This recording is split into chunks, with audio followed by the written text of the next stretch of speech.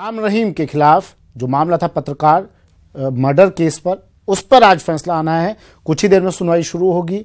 गवाह कोर्ट पहुंच चुके हैं, जज साहब कोर्ट पहुंच चुके हैं और कुछ ही देर बाद राम रहीम पर यह फैसला आ जाएगा। बढ़ते अगली खबर की ओर।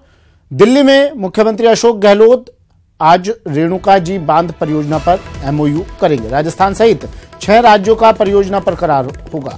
कौन कौन से वो राज्य हैं बता देते हैं आपको। उत्तर प्रदेश, उत्तराखंड, हिमाचल प्रदेश के वो राज्य हैं और इनके सीएम भी यहां पर मौजूद रहेंगे। दिल्ली और हरियाणा के सीएम भी यहां मौजूद रहेंगे।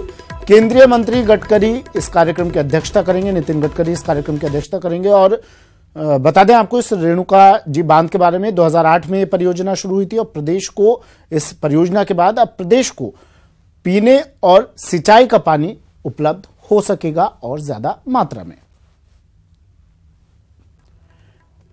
अभिषेक आढ़ा मेरे सहयोगी हमारे साथ फोन लाइन पर दिल्ली से जुड़ गए हैं। अभिषेक, कितनी देर में एमओयू साइन होगा, क्या जानकारी? जी देखिए, मुख्यमंत्री Ashok Gehlot national media centre जहां पर ये एमओयू साइन होना है वहां पहुंच चुके हैं और अभी एमओयू से पहले उनकी अधिकारियों के साथ बैठक चल रही है, वो बातचीत कर रहे हैं और अब से कुछ ही देर में ये प्रोग्राम शुरू हो जाएगा जहां पर रेणुका जी बांध प्रोजेक्ट है उस पर साइन करके राजस्थान के पेयजल और सिंचाई के पानी की दूर करने वाली बड़ी परियोजना पर साइन होंगे। जी अभिषेक, राजस्थान के परिप्रेक्ष्य में अगर बात करें इस परियोजना की, कितनी अहम मानी जा सकती है राजस्थान को देखते हुए? देखिए, 2008 में शुरू हुई ये परियोजना जो है वो राजस्थान के लिए कई मायनों में महत्वपूर्ण है और वर्तमान परिप्रेक्ष्य अगर हम देखें तो राजस्थान की 2 बड़ी परियोजनाएं हैं। राजस्थान पेयजल और सिंचाई की समस्या को बहुत हद तक दूर कर सकती है। उनमें से एक तो है ईस्टर्न कैनाल की जो परियोजना है वो है और दूसरी जो है वो है रेणुका जी बांध परियोजना। ईस्टर्न कैनाल जो है उस पर एमओयू साइन 6 महीने पहले हो चुका है। 35,000 करोड़ की योजना थी और अब आज ये जो साइन हो रहा है वो रेणुका जी डैम प्रोजेक्ट जो प्रोजेक्ट है उस पर ही साइन हो रहा है और अब इससे एक बड़ी जो आबादी है वो लाभान्वित हो सकेगी सिंचाई और पेयजल के मामले में। चलिए, शुक्रिया अभिषेक तमाम जानकारी के लिए। तो मुख्यमंत्री अशोक गहलोत रेणुका जी बांध परियोजना को लेकर आज एमओयू करेंगे। कुछ ही देर बाद यह एमओयू होगा। कार्यक्रम की अध्यक्षता नितिन गडकरी करेंगे। बढ़ते अगली खबर की ओर। 2014 की बड़ी लड़ाई से पहले दिल्ली के जिस रामलीला मैदान से प्रधानमंत्री नरेंद्र मोदी ने शंखनाद किया था, 2019 लोकसभा चुनाव से पहले भी वहीं से बिगुल बजेगा। शुक्रवार से अब तक की सबसे बड़ी 2 दिवसीय बीजेपी राष्ट्रीय परिषद की बैठक में पीएम मोदी और अध्यक्ष अमित शाह पार्टी कार्यकर्ताओं को जीत का मंत्र देंगे, साथ ही सरकार की उपलब्धियों को बताएंगे। शाह जहां आज उद्घाटन भाषण करेंगे, वहीं मोदी शनिवार को समापन भाषण देंगे। इस बैठक में 3 प्रस्ताव भी पारित किए जाएंगे, जिसमें राजनीतिक और सुरक्षा से जुड़ा प्रस्ताव अहम होगा। बैठक में 10,000 से ज्यादा पदाधिकारी और कार्यकर्ताओं के आने की उम्मीद है।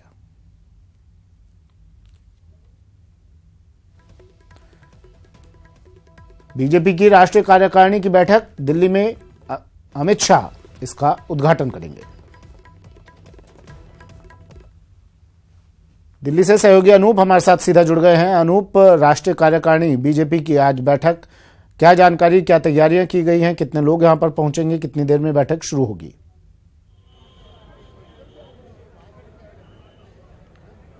देखिए, बीजेपी की राष्ट्रीय परिषद की बैठक शुरू होने वाली है और बीजेपी के राष्ट्रीय अध्यक्ष अमित शाह का उद्घाटन भाषण होगा और कल का दिन काफी महत्वपूर्ण है क्योंकि कल प्रधानमंत्री नरेंद्र मोदी का समापन भाषण होगा और यहीं से कह सकते हैं कि लोकसभा यानी कि मिशन 2019 की शुरुआत हो जाएगी।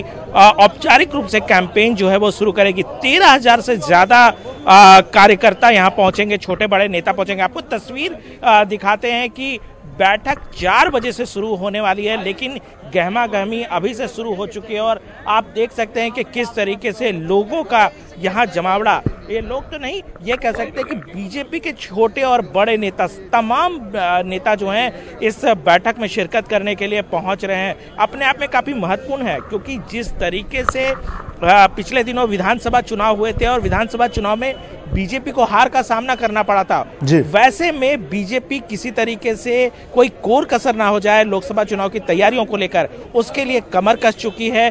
13,000 से ज्यादा लोगों को इनवाइट किया गया है इस बैठक के लिए और कोशिश है कि कार्यकर्ताओं का मनोबल कम ना हो।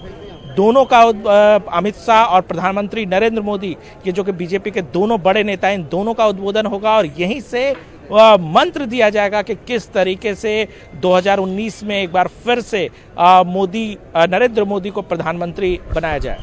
रामलीला मैदान को लकी चार्म मानकर चल रही है बीजेपी। अनूप,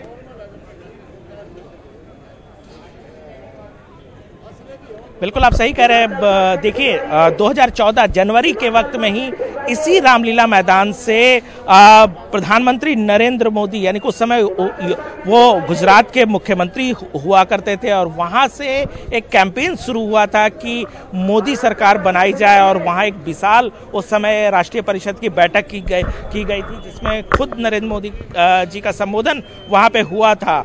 और उस वक्त बीजेपी को सफलता हाथ लगी थी और इसी चीज को दोहराने की कोशिश जो है बीजेपी एक बार फिर से कर रही है। और यही वजह है कि ठीक लोकसभा चुनाव से पहले, यानी कि 2014 में भी जनवरी में रामलीला मैदान में राष्ट्रीय परिषद की बैठक हुई थी, और इस बार भी जब 2019 में, यानी कि अभी से ठीक 3 महीने के बाद लोकसभा चुनाव होने हैं, उससे ठीक पहले राष्ट्रीय परिषद की बैठक बुलाई गई है। कोशिश की जा रही है कि कार्यकर्ताओं के मनोबल को बढ़ाया जाए। और देखिए स्लोगन की भी बात करें तो अब की बार मोदी सरकार, इस बार अब की बार फिर मोदी सरकार, ये स्लोगन इस बार दिया गया है बीजेपी की तरफ से। यानी कुल मिलाकर के कह सकते हैं बीजेपी कमर कस रही है, बीजेपी किसी तरह कोताही ना बरते, क्योंकि बहुत बड़ा सेटबैक लगा था।